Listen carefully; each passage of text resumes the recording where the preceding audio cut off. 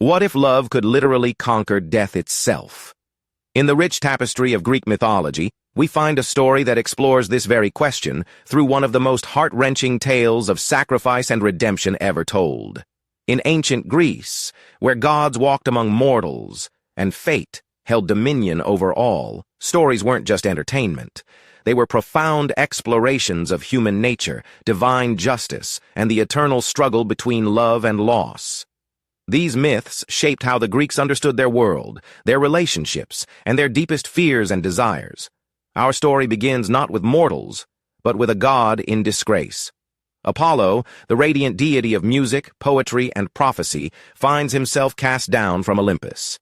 His crime? In a fit of rage over Zeus's killing of his son Asclepius, Apollo had slain the Cyclopes who forged Zeus's thunderbolts.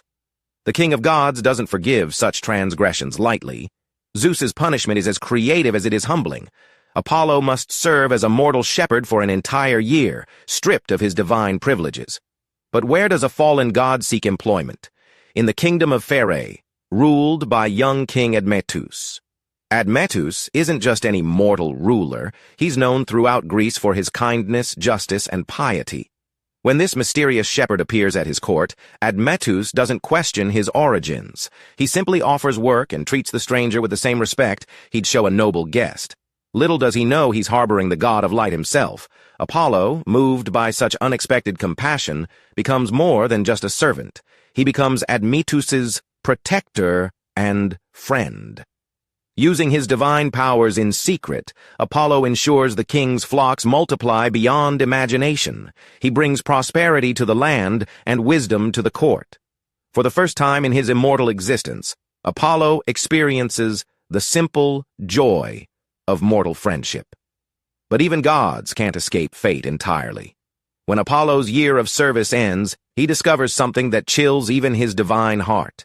The fates have decreed that Admetus will die young, cut down in the prime of his life. These three sisters who spin, measure, and cut the threads of mortal existence rarely show mercy. Yet Apollo's affection for Admetus runs deeper than divine law. In a moment of unprecedented compassion, he approaches the fates with an offer. What if someone else could die in Admetus's place?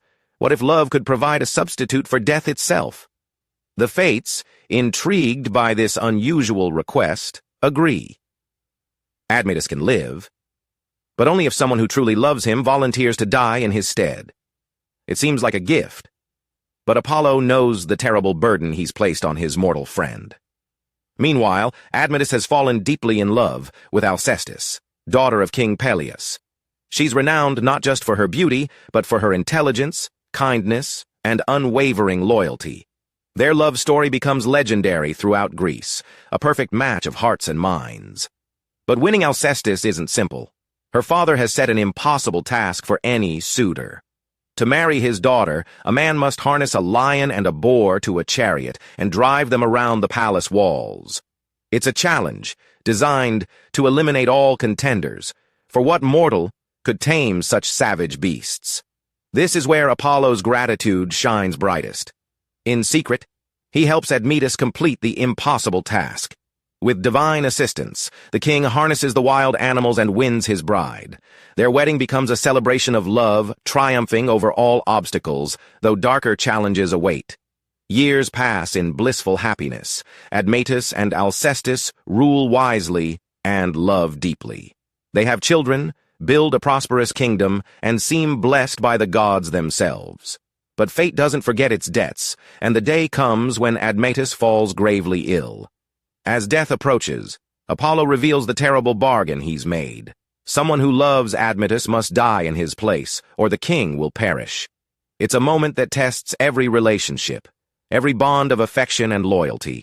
Admetus, desperate to live, approaches everyone he holds dear. Surely his elderly parents, who've lived full lives, would sacrifice themselves for their son. But they refuse, clinging to their remaining years. His friends, his advisors, his subjects all find reasons why they cannot make such a sacrifice. Only one person steps forward without hesitation. Alcestis, the beloved queen, offers her life for her husband's. Her decision isn't made from duty or pressure, but from pure, selfless love. She She cannot imagine a world where her husband doesn't exist, even if it means she won't be part of it. The transformation is immediate and heartbreaking. As Alcestis weakens, Admetus grows stronger. Life flows from wife to husband in a mystical exchange that fulfills the fate's bargain. With her dying breath, Alcestis asks only that Admetus remember their love and care for their children. Admetus's recovery brings no joy. He's alive, but at the cost of everything that made life worth living. The palace falls into mourning, the kingdom grieves, and the king realizes the hollow victory he's won. He has life, but has lost his reason for living. But Greek myths rarely end in simple tragedy, and salvation comes from an unexpected source. Heracles, the greatest hero of the ancient world, arrives at the palace during his famous 12 labors. The timing seems coincidental, but in mythology, coincidence often masks divine intervention. Heracles embodies everything heroic in Greek culture. Son of Zeus, blessed with incredible strength, he's conquered monsters, performed impossible tasks, and saved countless lives. But his greatest strength isn't physical. It's his compassion for those who suffer.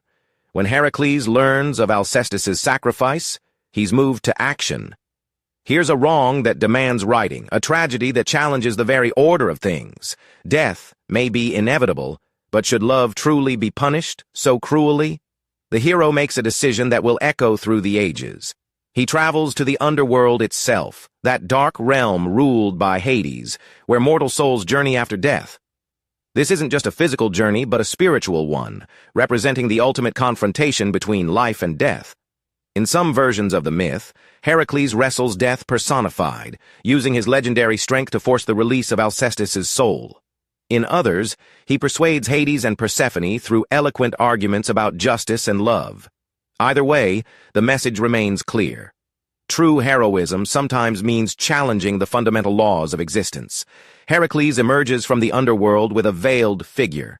He brings this mysterious woman to the grieving Admetus, claiming she's a prize won in athletic competition. The king, still mourning his wife, wants nothing to do with another woman. His heart belongs eternally to Alcestis. But Heracles insists, and gradually the truth emerges. The veiled woman is Alcestis herself, restored to life through heroic intervention. The reunion between husband and wife becomes one of mythology's most moving scenes, a testament to love's power to overcome even death. Yet Alcestis returns changed. Some versions suggest she can never speak of her experience in the underworld.